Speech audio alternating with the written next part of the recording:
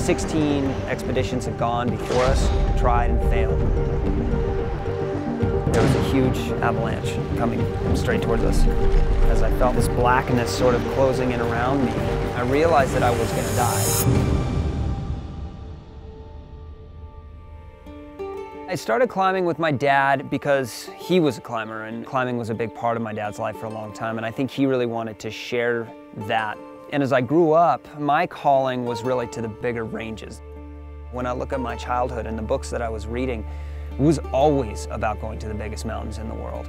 I didn't know it at the time, but that's what it was. I met Simone Moro and Dennis Rubko, my two partners on Gasherbrum II, in the winter of 2009. And I remember looking up at this peak that I was supposed to climb with these two Himalayan legends and sort of thinking to myself, what have I said yes to?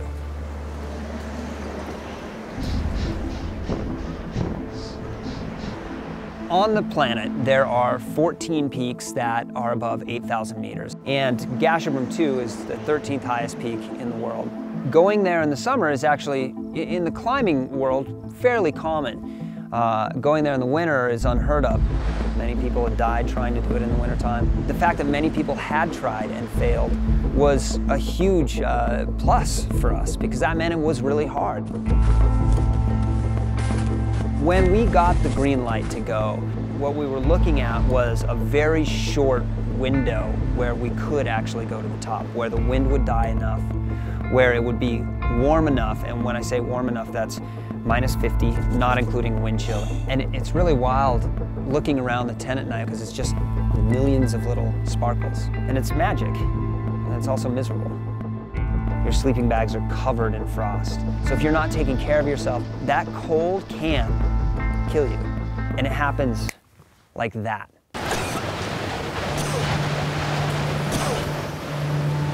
Getting to the summit, it's not this high-fiving, fist-bumping. You are so exhausted and you're only halfway there. So it was very anticlimactic. Immediately, the storm started to hit.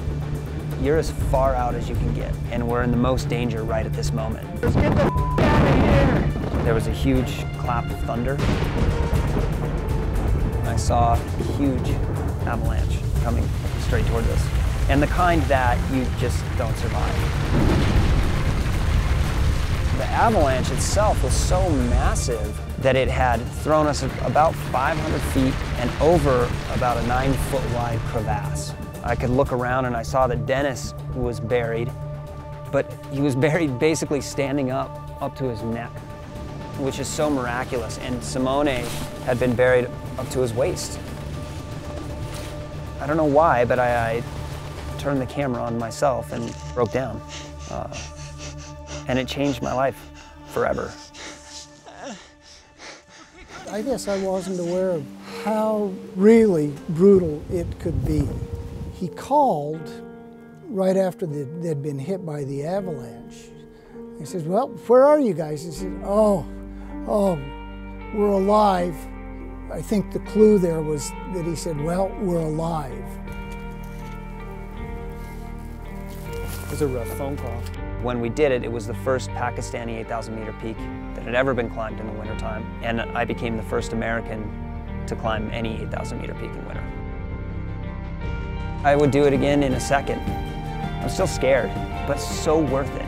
That moment of realization how beautiful this big world is and how special it is to be there.